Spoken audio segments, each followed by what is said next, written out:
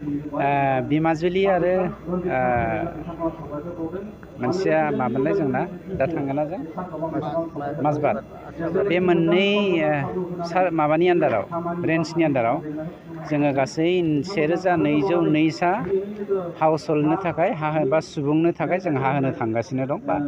जोङो बिमाजुलियाव दा होखांबाय दा 440 जों बहाय होबाय हा होनानैनो जे जोंनि समस्या जोबदों जों बेखौ सानाखै मानोना जोङो बर' फिसाफोरा बा आसामनि मोनफ्रोमबो जाथि जनगोष्ठीनि माहारियानो बा फिसाफोरानो हानि फिसा होननानै जों मिथियो गुबैयै जोङो हा सायाव थाग्रा गोदोनिफ्रायनो जों हायाव रायजो जाबोनाय जुग जुग जारिमिना मिन्थियै समनिफ्रायनो जोङो हायाव रायजो जाबोनाय नाथाय बे 7,000 रायजो जाबोनाय बर' हारिनि हालोदा ओरैबायदि गाज्रि दिनैसो जोङो हानि फोरमान बिलाइखौ मोननो थांदों जेखियानो जा बेफोर गासिबो जालांबाय थालांबाय गोदोनि बाथ्राखौ रायखांनानै लाब गैला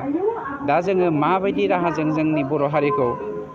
मोनसे मोजां राहा लामाजों दैदेनलांनो हागोन बे मिजिंजों खावलायनानैसो नोंथांमोननि मिडियानि गेजेरजों जोंनि समाजनि गेजेराव मोनसे गुफुं समाज दानायनि गेजेरजों गुफुं माने मिजिंजों गेरेमसा हारि दानायनि बड'फानि जा थांखि बे थांखिखौ जाफुंहोनायनि गेजेरजों जोङो खामानि मावलांनो नागिरदों जायनि जाहोनाव नेरा नेफेरा नाजाथाबनायनि जाहोनाव जोंनि बिटिसि हालामा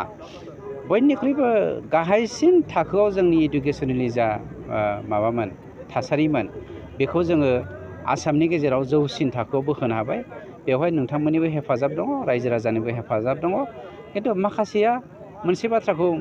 मिडियायावहाय ओरैनो ससियेल मिडियायाव बायदिसिना सावरायदों माने माबा मोनसे खालामदों नामा जायनि जाहोनाव बर'फ्रा दिनै 97% लानानै पास जानो हादों होनना आसलथे गाज्रि गोसोनि सानग्रा मानसिफ्रा जेब्लायबो गाज्रिखौनो सानखायो बिसोरबायदि मानसिया माने बिमानि गोरबोनिफ्रायनो गाज्रि साननानैसो जोनोम जाखानायफोर खोमा होननानै साननो लुबैयो बे समाव नुनो मोनदों हानि पट्टा राननायनि बेलायावहाय गुबुन गुबुन हान्जाफोरा बान सलायनाय मुं सुलायनाय बेखौ नुदों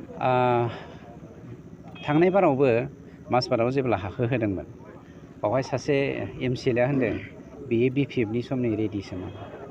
आं मोनसे फोरमान होनो नागिरदों दाखालि रुनिखाथायाव आं थारिखखौ बावगारबाय शिबसारनि बानजायनायाव 3 नन केटेड्रेल भिलेजखौ जोङो सार्भे खालामनो थाखाय ड्रन लाबोदों आरो ड्रन सार्भे खालामनाय जादों बे ड्रन सार्भे खालामनाय समाव BPFनि मानसिफ्रा मा होनदों है जाम्बाफोर थांनो नाङा बे प्रमद बर'नि मिथिंसो फेरेंगानि मिथिंसो फेरेंगा प्रमदनि आखाइजों हा होनायखौ लायो नामा जोंनि सरकारा फैगासिनो दङ जोङो बावैसोनो माने हाखौ राननानै होगोन दाना बाथ्राया जादों जाय BPFनि लिडारफ्रा जाम्बा जाम्बिखौ हा लानो नाङा प्रमद बर'नि आखाइनिफ्राय फेरेंगानिफ्राय होनदों बै BPFनि लिडारफ्रानो गावसिनि मुंखौ थिसननायनि थाखाय गामियारि ओनसोलाव जे मोनसे सान्दा खांलायनाय जाया होनबा बे सान्दायाव BPFनि लिडारफ्रानो फैसा होदों खाम्फायानो 40 बिगा हा दं बे जायगायाव 40 बिगानि दाखालि फैसा हरदों खिन्थु खाम्फानि मानसियानो बादा होदों BPFखौ दाफै होननानै गोनो गोथो बाथ्राया बिसोरनि साननाय हनाया बिराद गोनो गोथो गावसोरो हा होगोन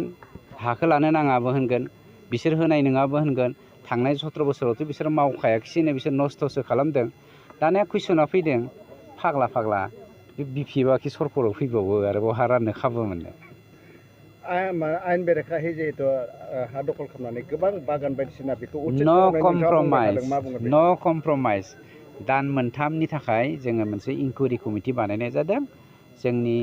MCLA मानब गेदेर माधब सेत्रि बिथांनि दैदेननायाव बे इनकुवेरि कमिटिया आंनावथ' ब्लेक एन्ड व्हाइट गासिबो रेकर्डआनो दंजोबखायो जेराव आं हा आरो हाग्रा बिफानखौ सामलायगासिनो दङ बे रिपर्टफोरखौ आंबो जमा होसिगोन आरो बिथांमोना इनकुवेरि कमिटिया माबा खालामनायनि उनाव जों आयेन मोनसे बानायगोन अदालगुरियाव दुखुनांथाव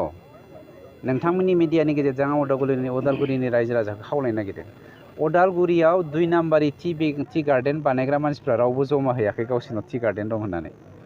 नोंथांमोननि मिडियाखौ लानानैनो आं बे खामानिखौ मावगोन जोंनि सरकारा मावगोन प्रसासना मावगोन सिन्था खालामनाङा